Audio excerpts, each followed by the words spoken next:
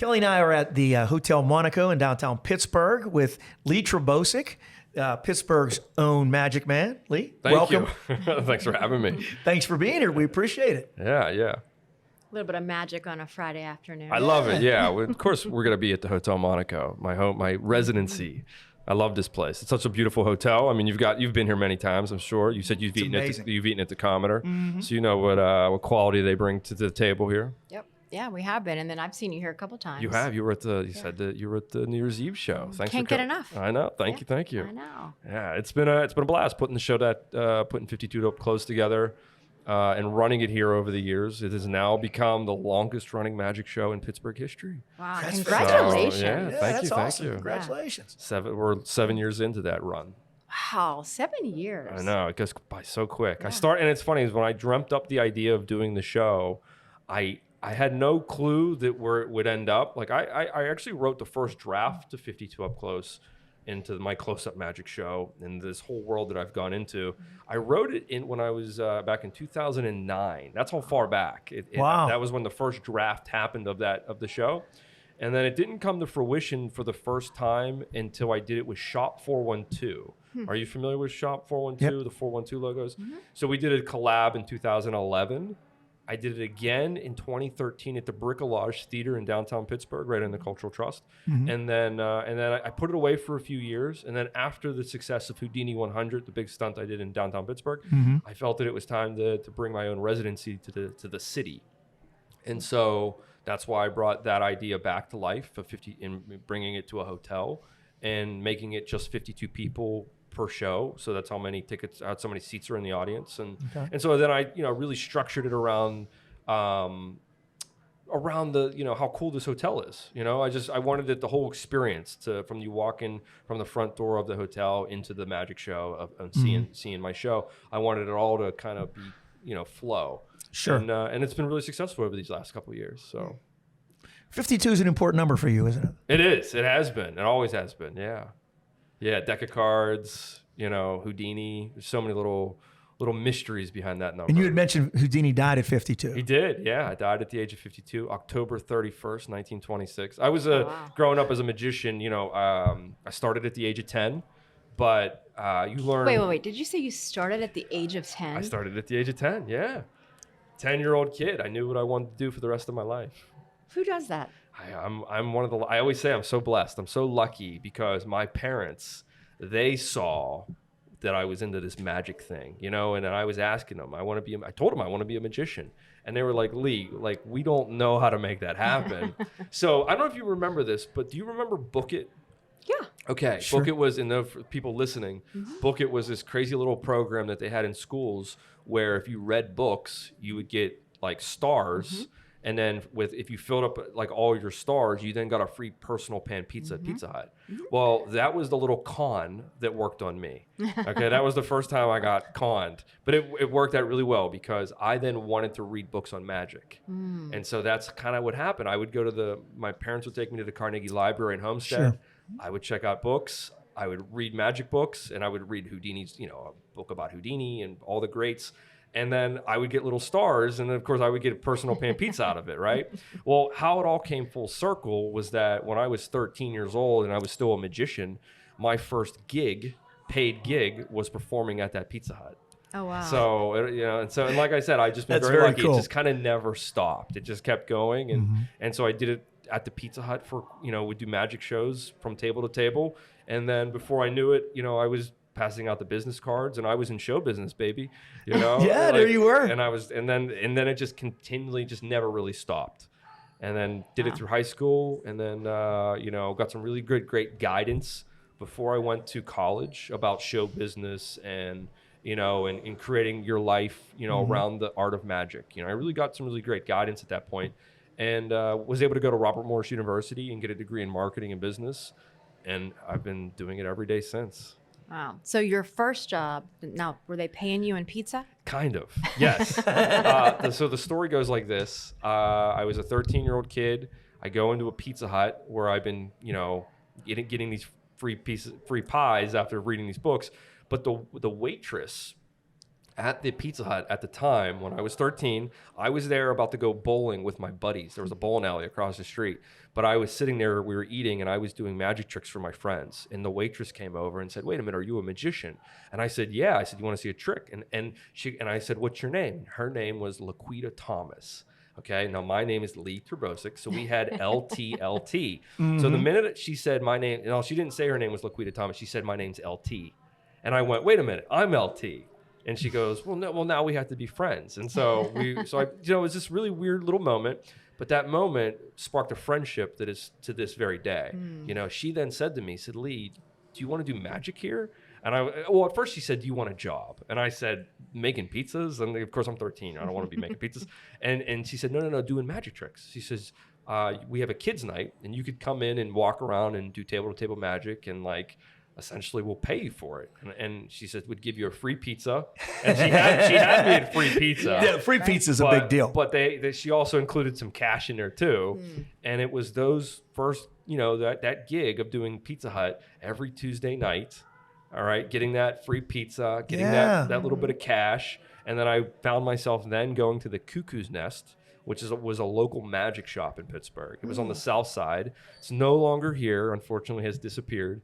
But in those early days of making that money and then going and spending it on props, I was at the time I didn't realize it, but I was learning how to run a business. And so it was gaining that expertise early on as a 10, a 12, a 13-year-old kid.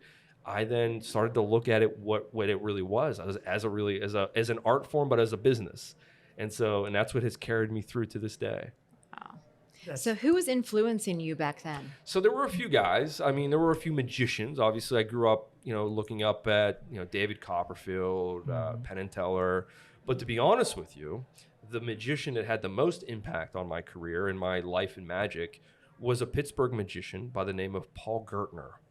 Now, if you're not familiar with Paul's work, he is an international champion of magic, meaning that for a year or two in a row, he was considered one of the best close-up magicians on planet Earth. That's how good he is. That's impressive. And he's from Pittsburgh. And I mean, he's appeared on The Tonight Show with Johnny Carson. He was actually Johnny Carson's personal magic teacher. Wow. He would go to LA and go to Johnny's house and would teach him magic tricks in his living room. So this is the guy that I didn't know all this about Paul. I came to learn this over time. But when I learned that there was this incredible magician in Pittsburgh, how that even came about was because of my godmother. So she knew that I was, at this time I was probably 14. She saw me, taking this magic thing pretty seriously. And my godmother, who's my mom's best friend, she said to me, she says, "Lee, you're not going to believe this." She goes, "Pittsburgh has a really amazing magician in it." And I was like, "I didn't know." And she goes, "His name's Paul Gertner." And then she goes, "I could introduce you. I know him." And I'm thinking, how does my godmother know Paul Gertner, this incredible magician? And that's when she let me know that she dated him in high school. No way. And that's when I realized how small this city really was. Right, yes. So Paul had at the time, this is many years ago, but he was doing his magic show at the City Theater on the South Side. And so it was a ticketed event, so she got tickets from me and we went. And of course, as I'm sitting in the audience watching Paul do his magic show as a 14, 15-year-old magician, I was completely blown away. I had no clue that there were the level that he was at, I didn't know was possible. Right. And the magic that he was doing was frying me. And I'm a magician in the audience, but I was blown away. But it was after the show when we went up to meet Paul, that was when my godmother introduced me to him. But of course, at this moment, he's thinking, there's a young kid magician. Why is my girlfriend from high school here? But it worked out. It was a really good moment. But at the time, he said to me, he said, "Lee, I have an office in Etna." He says, "Swing by my office. I have something for you." And that was the first time where I felt like, I got this open door. Like I got to, now he's inviting me into this world of magic. Into his world, that is in light years above what I knew. But were you completely starstruck when you met him? You know what?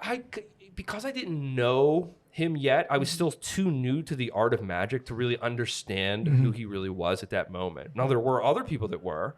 And now looking back on it, I realize what a big deal he is. Right. So, but that offer to come to his office, I took him up on it. Of couple weeks later, he has an office in Etna. My grandfather and my grandmother, like that's where they lived. My dad was raised in Etna. So I then went to his office, went in and saw him, and he gave me a copy of his actual magic book. Now, in his magic book, though, he actually tells you how it's all done. Oh, wow. Okay? So now I have literally the keys to the castle, I felt Right. like I just saw your incredible magic show, and now you're giving me a book that tells me how it's all done. Wow. And so he's told me, now remember, he's at a completely different level that I was as a 15-year-old kid. But he said to me, he says, Lee, take this book home. He goes, I know this is way above what you're at. He goes, but try to learn 1 or 2 tricks out of this book and then come back and see me. Well, I was back seeing him within like 6 months, and I was doing one of the hardest tricks in the book. Wow. And he even said, he goes, wow, you're doing one of the hardest tricks in the book. Like, I thought you were going to start with this trick or that trick. He goes, oh, no, I went in for the hardest one. So I was able to show him, essentially me doing his magic trick, which, is extremely difficult. But by that moment, he then realized that this kid was taking it seriously. Sure, right. I was in it for the long haul.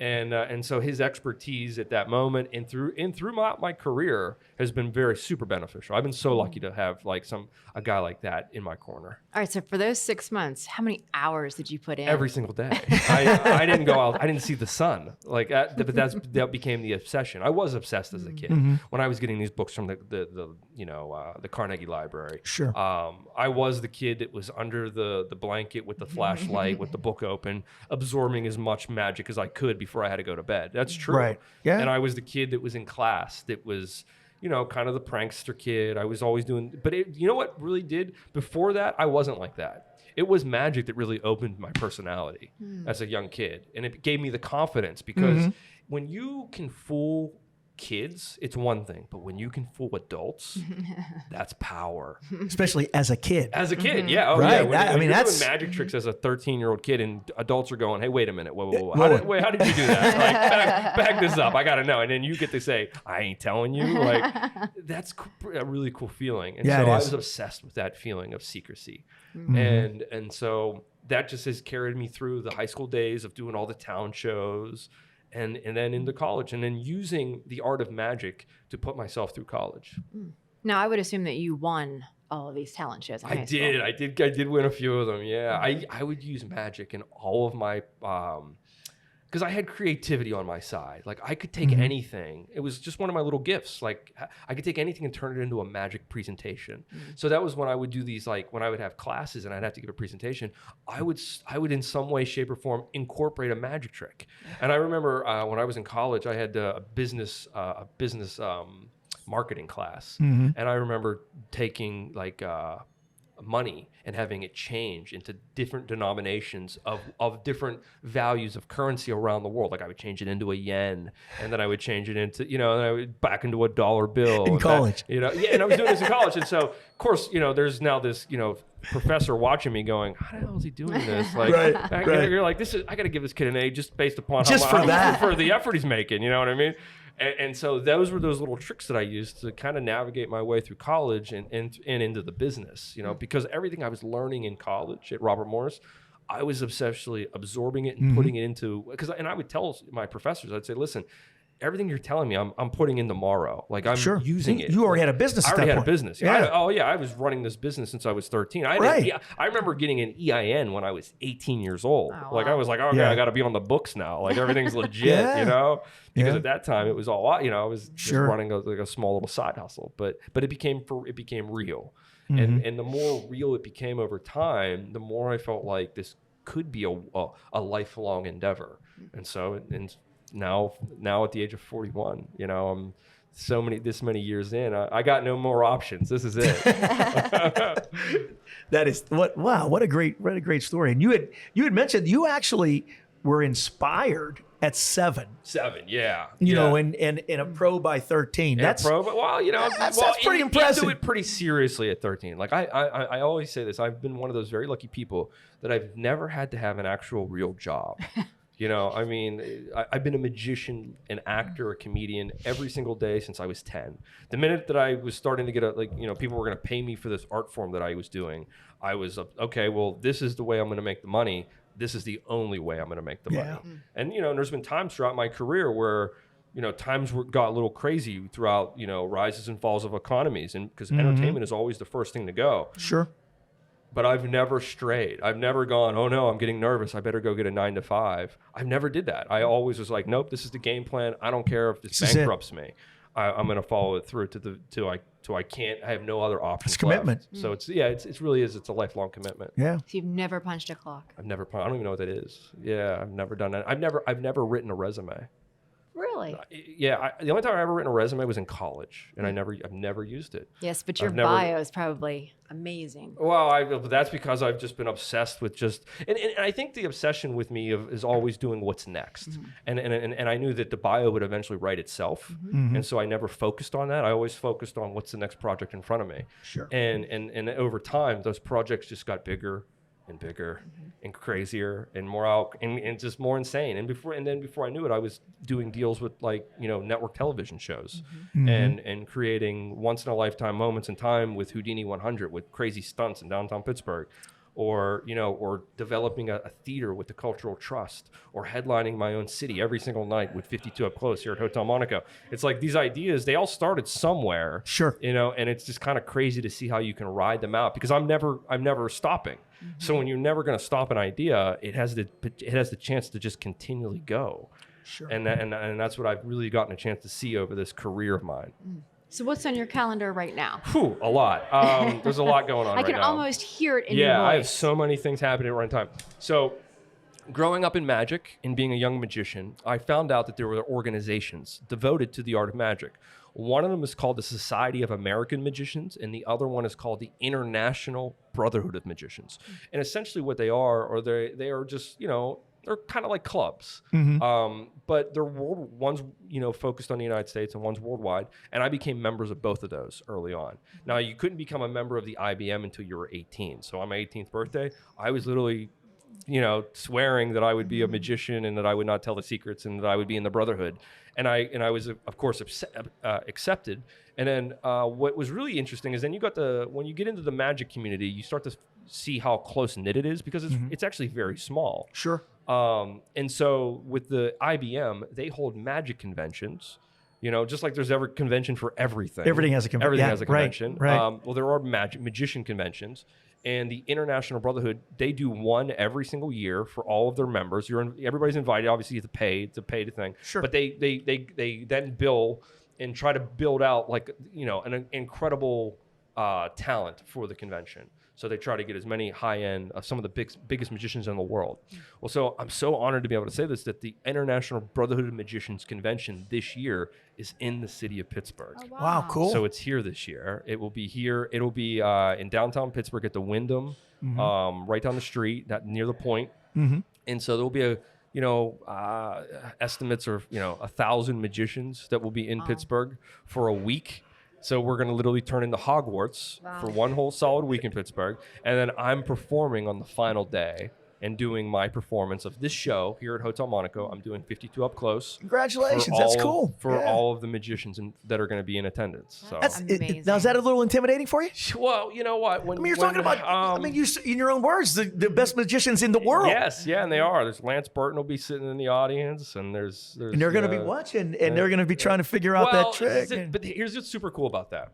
Is yes, it is intimidating to know that some of the biggest names in magic and some of the greatest minds are watching, but at the same time, they love what I do, and I love what they do, and it's really about kind of in a way sharing what I have created, and so at these conventions we show you how it's done.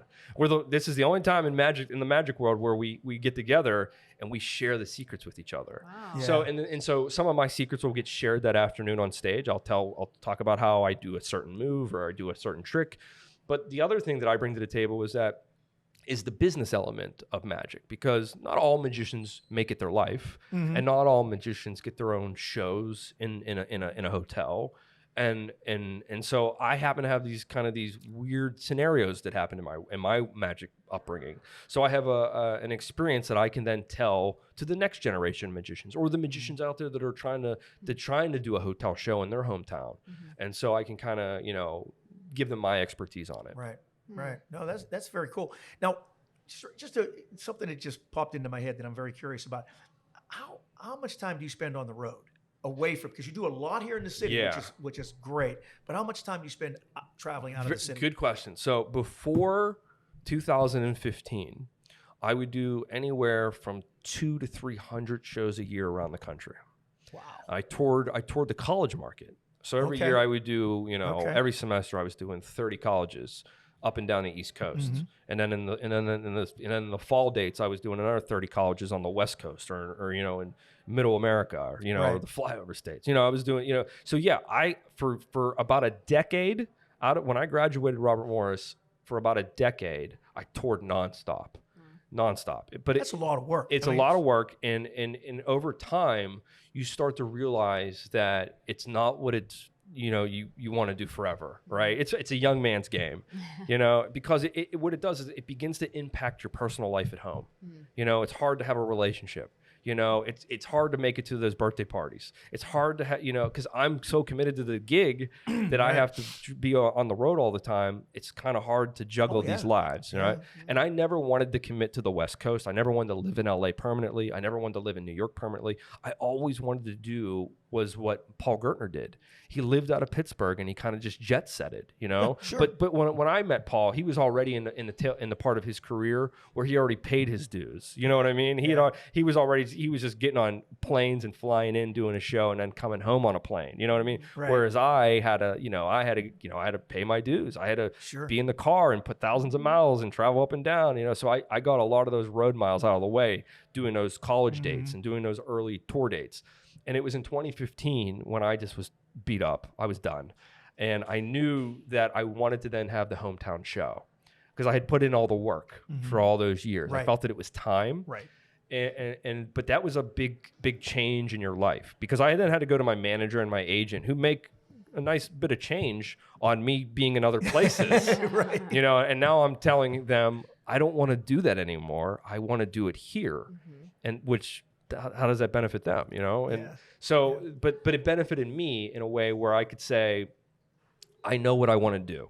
I idolize Penn and Teller.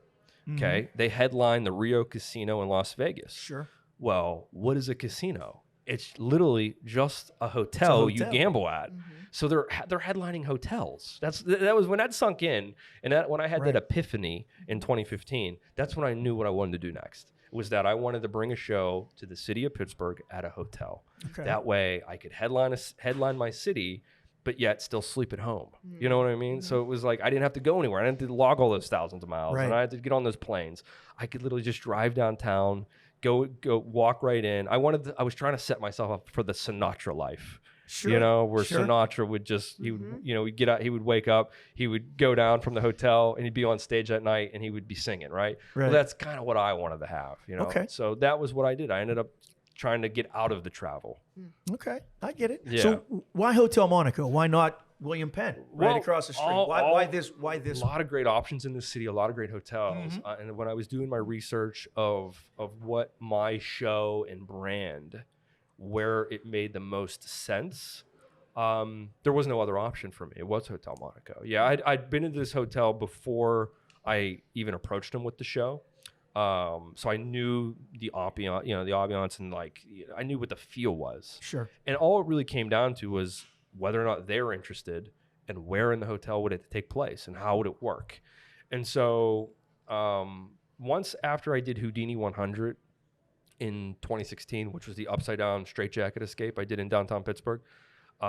He says that like it's normal. Yeah. Do you see how it just easily came out? I know. When I was in a crane normal upside day at the down. office. That was just a normal Sunday, normal day at the office for me. That one was a lot of work though. That took 5 years of planning. Wow. I was working on that in secret for 5 years, and I can and to not get away from the hotel the story, I can tell you when Houdini 100, when that became a big moment in my life. There's a magician that I've known for quite some time. His name is Bob Sheets. No, not Bob Sheets. I'm sorry. Doc Eason was this guy. He was a magician from LA, and he talks about how he knew where he was supposed to be on a very specific date. Okay. And he talks about how he found it's called the Tower Magic Bar It's in Denver. And he started performing there on 7/7/77. Wow. And he said it was like one of those epiphany moments. Now, I remember him telling me this story because he said once I was there on 7/7/77, it changed my entire life. He goes, it was like one of those moments in time. And so he then said to me, he says, if you ever feel that you're having one of those, recognize it. And so in 2010, Paul Gertner, who I mentioned, he invited me to New York City to help him produce his magic show. And it was going to be in Manhattan, and it was going to be this super cool thing. It was only a couple, 200 people, and it was in this really fancy theater in downtown Manhattan. So we're there. I'm helping literally the legend, my mentor, Paul Gertner, with his magic show in New York City. And the next day, when we're leaving New York, Paul says, Lee, do you want to see if we can, before we leave New York and go back to Pittsburgh, do you want to see if we can find Harry Houdini? Who says that to somebody, right? Only magicians, right? So I'm in 2010. Now remember, I know this little story about Doc Geeson and that 7/7/77, and like that if you ever feel yourself having one of those moments, embrace it. Yeah. So I felt like I'm a big believer in it. I'm about to have one of those moments because I didn't know I'd be going to see like, how are we going to go see Harry Houdini? Where is this Harry Houdini that you speak of, Paul Gertner? But he knew something I didn't. He knew that Harry was in fact buried in a little Jewish cemetery in Queens, right up the road of where we were. So we took a little detour before coming back to Pittsburgh, and we went to Harry Houdini's grave, and we hung out there that afternoon, okay? And we talked about magic history, the magicians that came before us. We obviously talked about Harry. We talked about the future of magic. And then we got back in our car, and we came back to Pittsburgh. Now, when we got back to Pittsburgh, Paul gave me, as a gift for helping him that weekend, he gave me something known as the Taschen Magic Book. It's this large coffee table book. Well, that evening in 2010, that same day I was at Harry Houdini's grave, I opened that book on my dining room table to the image of Harry Houdini doing the upside-down straitjacket escape in downtown Pittsburgh. So that was it. I knew at that moment that I was going to replicate that on the anniversary. It was written in time for me. Harry picked the date. He said, Lee, this is your moment, man. This is it. This is your chance. So those shoulder taps, man. Pay attention. Yeah, paying attention. And so then I knew. I was like, well, it's 2010. He did it in November 6, 1916. So 100 years would be November 6, 2016. So I have 5 years to figure this out. And that's what I did. For the next 5 years, I figured it out. I had to figure out that I had to hang upside down in my house to literally adjust the blood in my body. I had already been doing the straitjacket escape in my act, but now I had to figure out how to do it upside down. Now I had to figure out how to build this as a publicity stunt and get thousands of people downtown Pittsburgh on a Sunday in November against the Steelers. Nice. So you got to learn. That's the trick. That was the trick. It's the marketing aspect, and that's what Harry was fantastic. That's what he was the king of. In a weird way, Harry created social media because he knew how to sell a show. And that was what he did. He would go to local cities when he was touring. When he would go to those cities, he would go to the newspaper building and he would say, hey, I'll hang off the roof of your newspaper building and I'll escape from a straitjacket. And he goes, the only deal I need is for you to put that photo on the front page the next day. Because what did that do? That sold his show.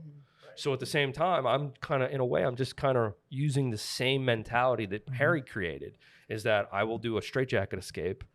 But I'll take it up a notch. When Harry did it in Pittsburgh, he was around 50 feet. I was like, this is Houdini 100. I titled it Houdini 100. So I was like, I got to be at 100 feet. No one wants to see me at 50 feet. Makes perfect sense. So I got to be at 100 feet. I was like, we're going to get, of course, I'm now incorporating technology. Like, we got to have drones there, like, let's get a drone, and like, let's get a crane hook in downtown Pittsburgh. So these were all little things of note. So I go, okay, got to get a crane in downtown Pittsburgh. It was just it was a line in the list of something I had to figure out, Yeah. But that one was a big one to figure out because I had to deal with OSHA and all these how to block the streets and so. But at the end of the day, it was just in a long list of things I had to figure out. And as time got closer and closer, that's when I started to tell people what I was going to do. I started to let the cat out of the bag, and I would tell people, I would say, hey, listen, November 6th. I know where you're going to be. And they go, what do you mean? I go, well, you're going to be downtown watching me hang from a crane. And they're like, what do you mean we're going to be watching you hang from a crane? And I would literally take people's phones and I would take November 6th in their calendar, and I would pipe in Houdini 100, and so I was so that's all because I was committed to it. It was happening whether one person was showing up or whether thousands were showing up.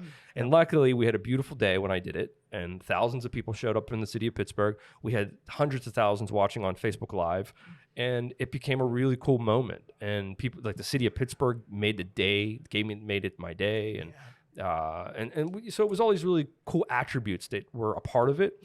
But what it was really for me was the replication of that photo, and that's what I did. I replicated the photo of Harry and mine, and then from there it was what comes after that. And a lot of things have come after that because within 6 months I was in talks with the Discovery Channel for the series. And so talk about the series a little bit. Yeah, because that's a labor of love for you. I mean, this was. Yeah, it was a lot of work, and how it came about. It took about a year from when I did Houdini 100 to me essentially like locking in the contracts. But 6 months after it, I got a call that said that they saw it, the Houdini 100 stunt that I did. They really loved the concept of the replication and the history element of it in Pittsburgh and all this cool stuff. And they said, we like what you're doing, and we definitely want to pursue that idea with you. Okay. And then I didn't hear from them for 6 months. That's how TV works. Yeah. You know, one day you're in your corner, and the next day you can't get them on the phone. Yeah.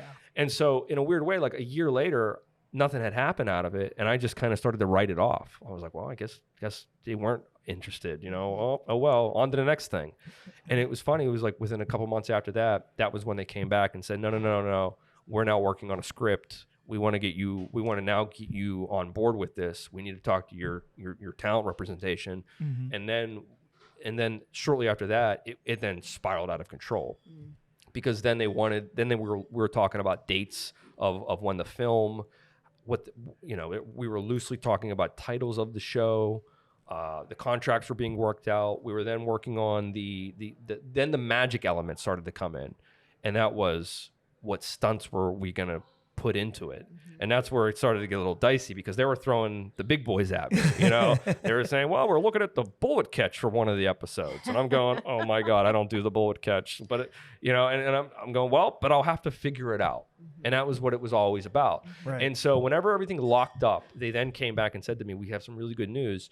We had an idea that we wanted to potentially pitch this to a member of the Houdini family to have him be your co-star. And I was immediately like, yes, let's make that happen. Let's definitely do that. Yeah. And so once we got George Hardeen, now George has become my best friend. He's my co-star on the show. George is the nephew of Harry Houdini. He's Harry Houdini's nephew. I mean, it's kind of wild, but it's how it went. I mean, so George is Harry's nephew. And now I'm literally in the Houdini family. I have a member of the Houdini family on a show called Houdini's Last Secrets, where we're going to go and travel around the world. And we're going to look for secrets about Harry's life, his magic, and his family now. And that's what it turned into. And it was an unbelievable ride of an adventure. We filmed most of it was filmed in Texas, believe it or not. We filmed a lot of the stunts in Texas. And the reason why those were all filmed in Texas is because they let you do anything you want in Texas. And people shooting. Yeah, you can do it, and there's no rules. Because if we would have filmed this in LA, there would have just been too many red tape to cut through to do the stuff that we were doing, because we were doing really dangerous stunts. I mean, there isn't camera tricks. This is what Harry really did. Yeah. And so we also filmed in London. So we got to go over to London, and we also filmed in Budapest, Hungary, which was super cool because that was where Harry Houdini was originally from. So I didn't know that. yeah, so he was an immigrant. Yeah, he was. So all these cool things came together. We filmed the show, and the show came out. I happened to be still doing at the time, even during filming, I was still performing 52 Up Close. So really? I went on I think it was 170 some days straight run of where I didn't have a day off. It was kind of insane. Or I was either on a plane, I was in front of a camera, or I was on a stage. So there was a crazy run of shows, but it's all 100% worth it because I'm working on something I love. I'm getting to literally act on camera all the time, talking about Harry Houdini, and doing magic shows in my hometown. It's like that's the next everything. That's everything. Everything came together. Everything in that started. Yeah, moment. it really did. And then it even came even more to fruition because then the Cultural Trust saw what I was doing, and then they wanted to create a theater with me. They wanted me to help them create a magic theater. So now I had this incredible. I had too many things going on. You know, I had the show, international television show. I had the 52 Up Close at the hotel. I had now Liberty Magic that was now on my plate to create. And in that first year of Liberty, I created 2 different magic shows. One is titled In Plain Sleight, which is a completely different show from 52 Up Close. It's my stand-up show, stand-up comedy magic. And then the other one is The Life and Death of Harry Houdini, which is a character piece show where I play Harry on stage. And then COVID happened. And then everything, the whole, house of cards that I had just built over all those years was just lit on fire, and I saw it lighting on fire. I saw COVID happening before I feel like anybody else did because one, I was an entertainer. So entertainers are always the first to see the economy start to shake because that's when that's what everything gets canceled first is the entertainment. It's the first thing to go. So I started seeing that literally in February of 2020. Now, mind you, COVID didn't break until March 13th really is when the world shut down. Sure. I actually had COVID in January of 2020. So, and I, when you're sick and you're an entertainer and you got nothing to do, I'm scrolling and engaging with friends around the world. I have international friends, and I'm asking them, "What are you seeing in your play? What are you seeing? What's happening over there?" And before we were trading, I really did feel like something big was about to happen. And of course, I'm now telling my friends and my family, what's happening in China is coming to America. We're all screwed. The whole world's going to shut down. And you know what they're telling me? Lee, chill out, bro. Okay? Chill out, bro. This is America. It ain't happening. All right? You're paranoid. They said I was paranoid. Exactly. And of course, when March 13th happened and the world shut down, I had to make everybody eat their words. I'm like, I told you so. I told you so. And needless to say, though, when that happened, we all had to transition. We all had to make moves, right? Yeah. Now, like I said, I started to see the tumbling start to happen because of how many shows were canceling.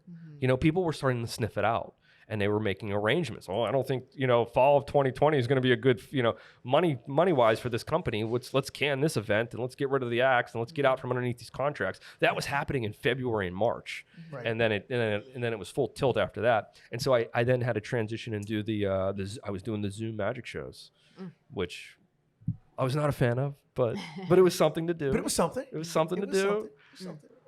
I want to, before we leave all of this, I have to, did you do the bullet catch? I did. Yeah. I have a crazy story about it though. That is please share. We can, if you want to wrap on this one, we can. So the bullet catch story, obviously being one of the most dangerous magic tricks in the history of magic. 13 magicians have died doing it on stage in the last 100 years. So it doesn't have a good track record. No. I obviously had never done it. I knew there are various methods to it, and various methods have their ups and downs. They have their perks, and they have the things that can go boom and go bad. And of course, I wanted the version that I was doing on television to be as accurate as I could to a version that Harry would have done in the early 1900s, because this was all based upon Harry. And it was unknown of whether or not Harry had done the bullet catch in his act. There were no quote unquote newspaper articles. Right. There were guys back then that were known for it. He wasn't one of those guys. Even though he was crazy and did all this crazy stuff, he didn't mess with guns. And so, but there were a few little anecdoted stories of him playing with it, of coming up with a way to do it, of how he would present it. Right. But to our knowledge, he had never done it publicly. So I now had in a weird scenario. I had a magic trick that was extremely dangerous that Harry didn't give me the way to do it. Right. I couldn't do the water. He didn't give you the path. He didn't give me the path. So I had to, in a way, kind of create my own path. Okay. So I had to, in a way, use my knowledge of today and my, how can this look like it's from the early 90s. So we used a time period gun. Oh, wow. And we when we did it on set, it was a lot. We used real ammunition, and but it's extremely dangerous. But the story behind this is, I think the most important thing about it is the timing of when I did it, because, and this is why I think doing something like that of that magnitude is already difficult. Sure. As a performer, absolutely. to make it look good, and to stare down a barrel of a gun on camera and not be freaked out, and keep your wits about you, and know that they're going to pull the trigger, and that there's going to be a bullet flying out of that gun, and so there's a lot of pressure. So you could understand, like, I would be really, really, like, focused going into this type of scenario as an actor, as a performer, Sure. doing this on camera, not wanting to get hurt. The day I woke up to do this, when I was we were shooting in Texas, Austin, Texas. Okay. I woke up that morning, and I turned over and opened my cell phone, and I began to learn what was happening in Pittsburgh. That was the day that the shooting happened at Tree of Life. Oh, No way. Yeah. So I wake up to that news of something happening in Pittsburgh at a synagogue, and I now have to go play with a gun, and it just didn't make sense. But you know what? I'm a pro, and so I'm trying to block out what was happening in Pittsburgh. I'm trying not to look at Twitter in my phone, but I couldn't help it. I was too concerned about what was happening here for my mind to be on a set in Texas playing with a gun. And so luckily I have an incredible crew that worked on my series. My firearms technician was and co-host on the show was a guy named Steve Wolf. So he's one of the best in the business of dealing with firearms and anything that, like, you can blow up. He's that type of guy. He's a Hollywood stunt guy. Yeah. And then my other main person was my director. His name is David Barsky. Now, David's claim to fame is he is the director for every episode of Dirty Jobs with Mike Rowe. No kidding. Yeah. Cool. So it'd be kind of cool. We'd be on set, and occasionally he would, like, FaceTime in, and we'd be FaceTime with Mike Rowe and stuff, and saying, and Mike would be telling me, like, "Don't get hurt, Lee," So